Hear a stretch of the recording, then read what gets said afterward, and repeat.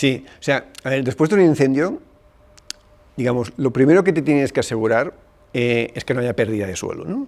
Que eso sería lo más catastrófico que puede pasar, ¿no? Que si hay pérdida de suelo, eso es peligroso, ¿no? Entonces, claro, lo primero que se tendría que hacer después de un incendio es ver si hay posibilidad de que haya pérdida de suelo, ¿no? Porque si hay posibilidad de pérdida de suelo, porque era una zona que estaba bancalada, los muros estaban destruidos, etcétera, pues entonces estaba un ecosistema que ya estaba era muy frágil, pues el fuego puede ayudar a que se pierda el suelo, ¿no? Y entonces en ese caso, antes de que se pierda, pues se tienen que hacer actuaciones de restauración en esas pequeñas zonas donde tú crees que se puede perder suelo, ¿no? En la mayoría de los casos, o a menos, por ejemplo, en las zonas mediterráneas de por aquí, esa es una proporción muy pequeña de los incendios, ¿no? La proporción del área, relativamente pequeña, en los incendios un poco más, otros menos, pero depende del tipo de suelo, de las pendientes, la vegetación que había tenido, los usos que habían tenido, pues hay zonas más frágiles o menos, ¿no? Pero muchos de nuestros ecosistemas son muy pedregosos, hay mucho matorral con muchas raíces, etcétera, y la erosión no es tan importante, ¿no? La pérdida de suelo no es tan importante. Entonces, una vez, si realmente has pasado ese problema de que no hay pérdida de suelo, y estás en zonas típicas de incendios de alta intensidad, etcétera, lo más probable es que la mayoría de las plantas o regeneren por rebrotes o por germinación, lo más probable, en las zonas más mediterráneas. Que el problema muchas veces no viene en cómo responden las plantas a un incendio, ¿no? Sino, volvemos al principio, ¿no? Cómo responden las plantas a un régimen de incendios, ¿no? Porque una planta a un incendio a lo mejor regenera muy bien, pero ¿qué pasa si ese régimen de incendios, o sea, si esa frecuencia de incendios es más frecuente de lo esperado, esos incendios intensos es más frecuente de lo esperado, entonces puede regenerar muy bien el primer incendio, pero a lo mejor no en el segundo, ¿entiendes? Entonces por eso a veces tenemos que salir un poco del objetivo del incendio, ¿no? Porque a veces me preguntan, ¿este incendio es catastrófico, sí o no? Los incendios, bueno, puede que haya alguno que sea catastrófico, aparte de si hay personas o casas, etcétera, ¿no? Pero desde el punto de la ecología, ¿no? Pero normalmente un incendio en sí solo es difícil que sea catastrófico, ¿no? A no ser, lo que pasa que muchas veces incendios muy frecuentes sí que hacen cambiar realmente la vegetación, ¿no? Entonces, por eso es tan importante el concepto de régimen de incendios, no solo para la gestión, sino también para la biodiversidad, ¿no? Claro que estamos hablando aquí ahora en las zonas pues, más típicas mediterráneas, con historia de incendios muy frecuente y muy antigua, ¿no?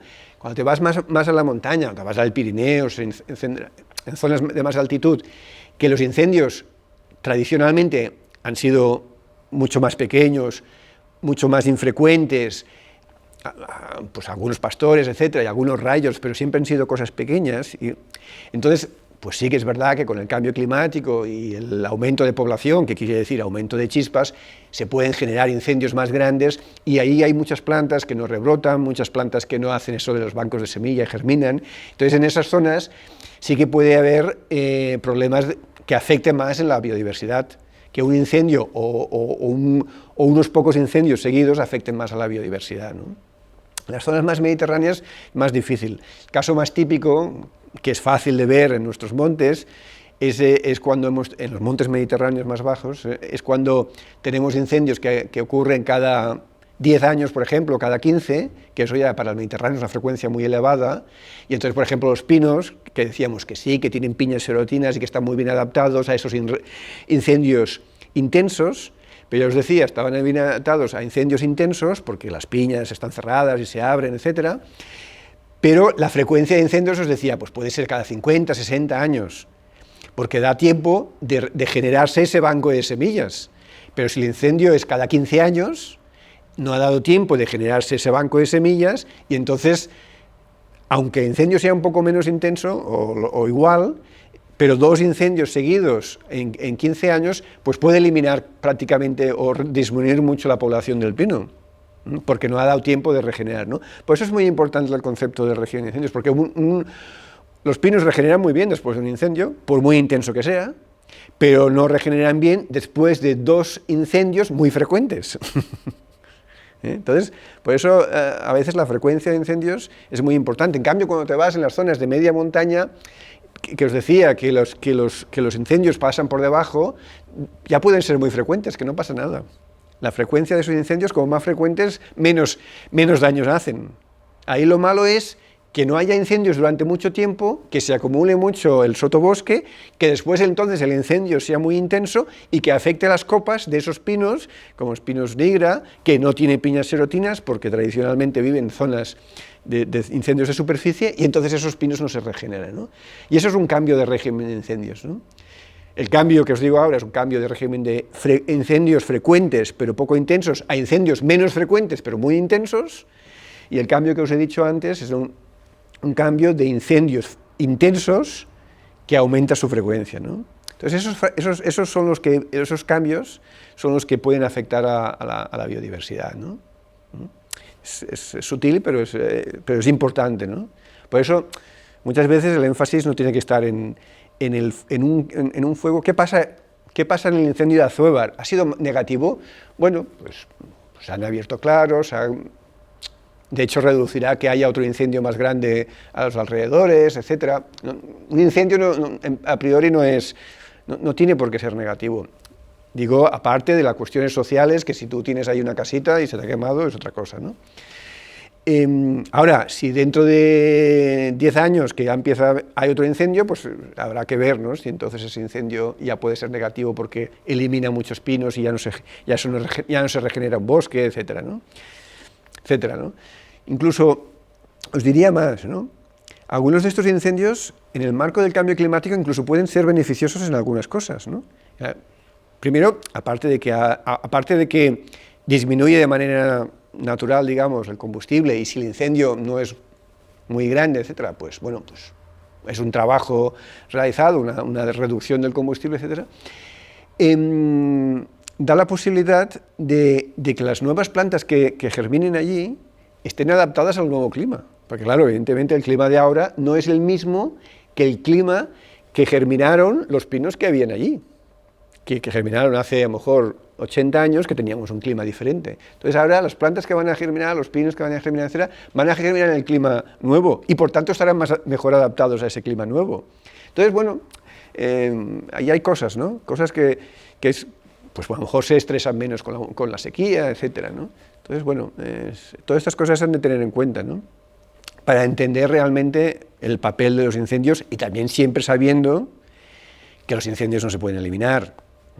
Es decir, si uno dijese, bueno, es que vamos a eliminar los incendios y todo el problema se ha acabado, pero como sabemos que eso es imposible, eso no lo ha conseguido ningún país, por mucho que tenga unos presupuestos en extinción muy elevados, o sea, partimos de que tiene que haber incendios, y además tenemos una vegetación pues más o menos adaptada. Partiendo de eso, pues si tenemos unos incendios que no son muy grandes y que no son muy catastróficos, pues les tenemos que ver la cara positiva, porque tenemos que aliarnos con ellos, porque los vamos a tener, ¿no? Y tenemos que verle la posibilidad de que se generen esos mosaicos, que los pueden generar agricultores, pero también los pueden generar algunos incendios, ¿no? Entonces, tenemos que aprovechar esas oportunidades para que esos incendios nos podamos beneficiar. Ya sé que es complicado, pero tenemos que verlo así, porque si no, siempre vamos a estar incómodos, porque no nos vamos a poder apagar nunca, ¿no? Todos. Bueno, con el cambio climático hay muchas incertidumbres, ¿no? O sea, algunas plantas podrán adaptar algunas cosas, ¿no? Por ejemplo, la edad por ejemplo, que empiezan a producir los frutos, eso pues tiene un cierto margen, y puede que haya plantas que empiecen a producir frutos antes, de manera que seleccione plantas que sean muy precoces, que produzcan frutos antes, de manera que a lo mejor incendios más frecuentes aún pueden sobrevivir, ¿no? Puede que se seleccionen plantas que rebroten, aunque sea con más intensidad, etc. O sea, puede haber algunas pequeñas modificaciones evolutivas, ¿no? Lo que pasa es que los cambios en el clima y los cambios en el régimen de incendios por los cambios con los humanos están siendo muy rápidos. Y esos cambios, en general, en la mayoría de los casos, probablemente son más rápidos que los cambios biológicos evolutivos, ¿no? Entonces, bueno, pues en muchos casos las especies no será tan fácil que se adapten y vamos a tener cambios en las especies. Y de hecho se están viendo que hay cambios en el tipo de especies que aparecen en un sitio, porque si cada sitio es cada vez más seco y los incendios son diferentes, etcétera, pues va a haber cambios, ¿no? Eso seguro, ¿no? O sea, eso no, además incluso es casi contraproducente ser muy conservadores y quererlo conservar. Yo lo que les digo en general a la gente, ¿no? Dice, hombre, no puedes intentar que los ecosistemas del siglo XX sobrevivan en un clima del siglo XXI, ¿no? O sea, si tú has cambiado, o sea, lo primero que te enseñan en biología es que el clima y la vegetación están muy relacionados. Si cambias el clima vas a cambiar la vegetación, eso es evidente, ¿no? Entonces, si hemos aceptado, porque hemos de ser sinceros, lo hemos aceptado, cambiar el clima, pues muchas cosas en la vegetación las vamos a tener que cambiar, se van a tener que cambiar. La cuestión es que hagamos ese cambio de la manera más sostenible posible, pero intentar mantener la vegetación como era el siglo pasado, pues va a ser muy difícil. Y lo que tenemos que hacer es que esa transición, primero, pararla en la medida que podamos, ¿no? Disminuyendo las emisiones de CO2, etcétera, ¿no? Pero como los cambios van a haber igualmente, pues bueno, pues gestionar para que ese cambio sea lo menos dañino para la biodiversidad y para los humanos, por supuesto, ¿no? Pero el cambio, los paisajes están cambiando y van a cambiar. Y después, claro, el comportamiento, pues el abandono rural, o si se vuelve al campo, etcétera, todas estas cosas pues van a cambiar también los paisajes, ¿no? Entonces, entre el clima y los cambios en nuestros comportamientos, nuestros paisajes van a ir cambiando. Lo que tenemos que hacer, los gestores tienen que hacer, es asegurarse que esos cambios siguen un ritmo lo más sostenible posible para los humanos y para la biodiversidad. Ese es el reto.